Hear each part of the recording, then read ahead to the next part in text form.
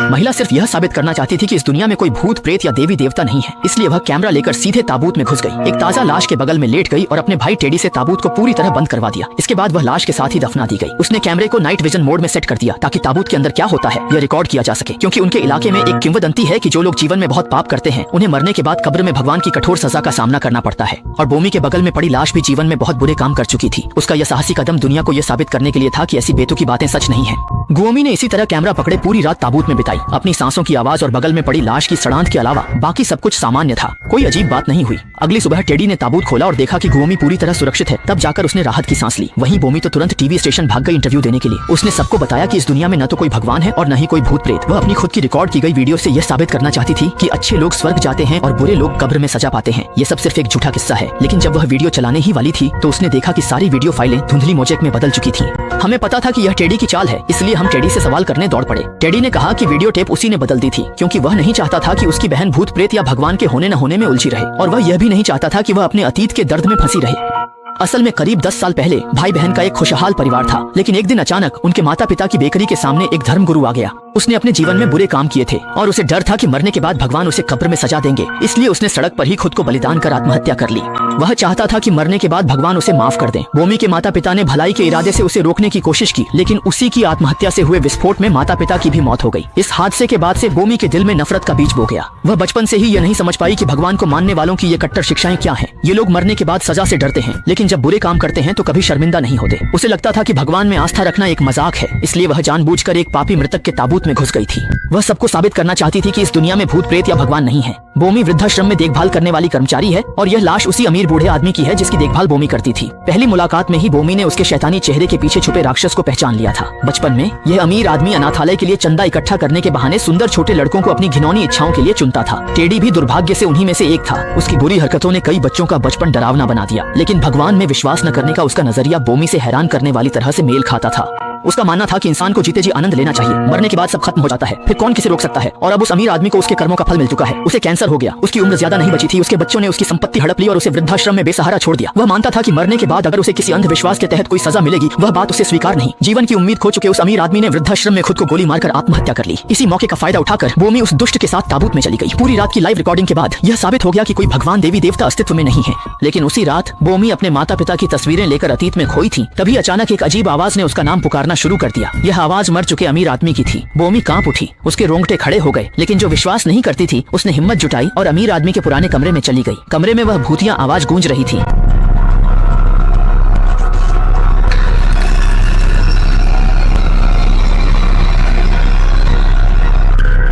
बोमी ने सोचा कि शायद उसकी आंखों का धोखा है। उसने अपनी आंखें मली तो काली परछाई गायब हो गई, लेकिन अगले ही पल एक बूढ़ी औरत अचानक सामने आ गई। असल में वह बूढ़ी औरत भी बोमी की देखभाल में बुजुर्ग थी। आधी रात को वह दौड़ती आई और बोमी को बताने कि उसका पति किसी नर्स से संबंध बना रहा है। उसने बोमी से मदद मांगी कि वह इसे रोकने मदद करे। बोमी उस बूढ़े आदमी के कमरे में गई और देखा कि 80 बूढ़े बाबा सहकर्मी अनुचित हरकतें कर रहे थे। बाबा ने बूढ़ी अम्मा से माफी मांगी। अम्मा डिमेंशिया थी, लेकिन ऐसी बातों को लेकर वह बिल्कुल भी। उन्होंने यह भी कहा कि दादा इतने गंदे हैं कि मरने के बाद भगवान की कड़ी सजा पाएंगे। दादी तो दादा की हरकतों से घिनौनी हो गई कि उन्हें उल्टी दस्त होने लगे। सफाई को लेकर सख्त दादी ने तुरंत अपने कपड़े धोने का फैसला किया, लेकिन गलती से अपनी शादी की अंगूठी वॉशिंग मशीन में गिरा दी। दादी ने पूरा शरीर मशीन में डालकर अंगूठी ढूंढने की कोशिश की, लेकिन तभी कुछ डरावना हो गया।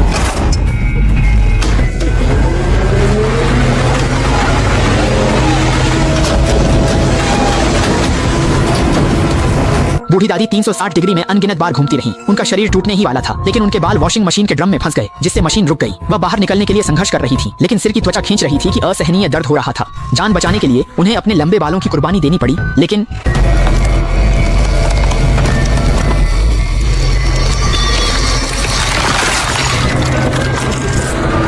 इसी तरह सिर की त्वचा और चेहरे की त्वचा उखड़ गई और दादी की इसी वजह से मौत हो गई। उनके पति घुटनों के बल बैठकर रोने लगे। अगर वह खुद और वह नर्स गलत काम न करते तो दादी की मौत न होती। बोमी, जो दादी की देखभाल कर रही थी, भी बहुत दुखी थी। उसी दिन से बोमी को दादी की आवाज सुनाई देने लगी, जो चाहती थी कि बोमी उस जोड़े से बदला ले। बोमी का मानसिक संतुलन डगमगाने लगा, लेकिन फिर भी दादा के दबाव में बोमी को बूढ़े आदमी ने अपनी पत्नी से बात करके उससे माफी मांगना चाहता था। प्रेतात्मा पर उस बूढ़ी औरत का साया पड़ गया और उसकी आवाज भी बिल्कुल उसकी जैसी हो गई।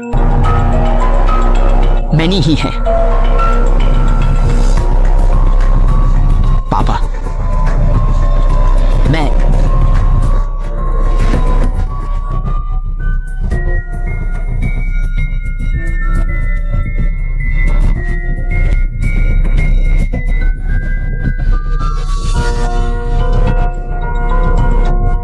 पोमेरेनियन ये मानने को तैयार नहीं था कि उस बुढ़िया ने सचमुच उस आत्मा को अपने वश में कर लिया है। उसने सोचा कि यह सब उस आत्मा ने जानबूझकर किया है और दूसरों को मारने के लिए उकसाने का उसका व्यवहार बहुत ज्यादा है। फिर उसने पर्दा हटाया और तथाकथित आत्मा संचार को बलपूर्वक समाप्त कर दिया। फिर पोमेरेनियन को वह युवा नर्स श्नॉजर मिली जिसका उस बुढ़िया के साथ प्रेम प्रसंग चल रहा था और उसने उसे बताया कि बुढ़िया को उस आत्मा ने उकसाया है और श्नॉजर की जान खतरे में पड़ सकती है।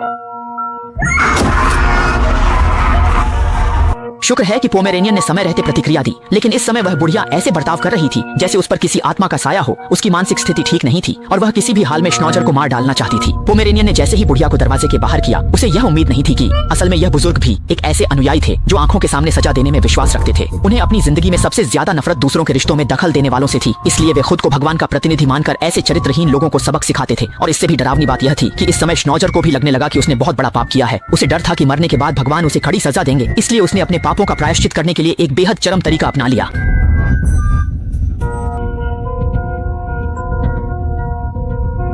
पोमेरेनियन को लगा कि ये अंधविश्वासी सुधर नहीं सकते। सालों पहले इन्हीं मूर्ख लोगों की वजह से उसके माता पिता की मौत हुई थी। भगवान जैसी कोई चीज नहीं। ये साबित करने के लिए पोमेरेनियन ने एक बार फिर उस अमीर आदमी की कब्र खोद डाली। क्योंकि ये सब मानते थे कि कब्र के अंदर की सजा सच में होती है, तो इतना बड़ा पापी अमीर आदमी अब तक भगवान के न्याय का शिकार हो चुका होगा। लेकिन जब उसने ताबूत खोला तो हैरान रह गया। अमीर आदमी की लाश रहस्यमय तरीके से गायब थी। पोमेरेनियन को यकीन नहीं हुआ और वह खुद ताबूत के अंदर कूद गया, यह जानने के लिए कि आखिर कौन है जो यह सब ढोंग कर रहा है।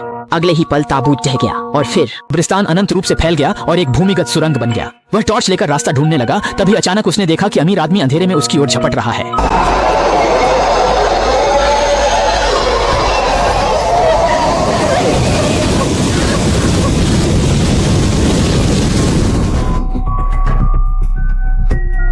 यह तो किसी ने सोचा भी नहीं था। जब पोमेरेनियन को लाश के साथ ताबूत में दफनाया गया था, तब से वह बाहर नहीं निकली थी। एक समय के लिए पोमेरेनियन को हकीकत और भ्रम में फर्क करना मुश्किल हो गया। क्या जो कुछ हुआ वह ऑक्सीजन की कमी के कारण हुए भ्रम थे? वह टेडी को पुकारने लगी, उसे ताबूत खोलकर बाहर निकालने के लिए कहने लगी, लेकिन टेडी से कोई जवाब नहीं मिला। एक काली सांप ताबूत के छेद से अंदर घुस आया और अमीर आदमी के मुंह से उसके शरीर में प्रवेश कर गया। पोमेरेनियन ने कैमरे से एक दृश्य रिकॉर्ड किया जिसे वह नहीं भूल पाएगी।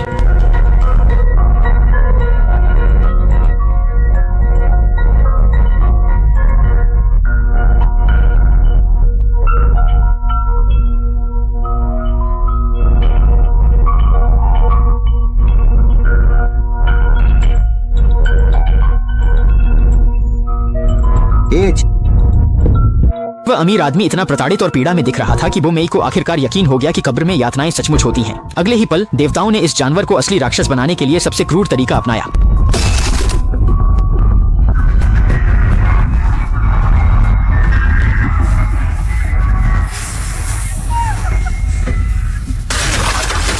इस समय पोमेरेनियन पूरी तरह डर चुका था। उसकी जुबान लड़खड़ा रही थी और वह भगवान से अपनी गुस्ताखी के लिए माफी मांग रही थी। उसने वादा किया कि आगे से वह हमेशा श्रद्धा के साथ रहेगी और कभी भी भगवान को परेशान या अपमानित नहीं करेगी। अचानक टेडी ने ऊपर से ताबूत का ढक्कन खोल दिया और अपनी बहन को बचा लिया, लेकिन ताबूत खोलते समय टेडी को भी एक जहरीले सांप ने काट लिया। बोमेई टेडी को लेकर जान बचाने के लिए भागने लगी।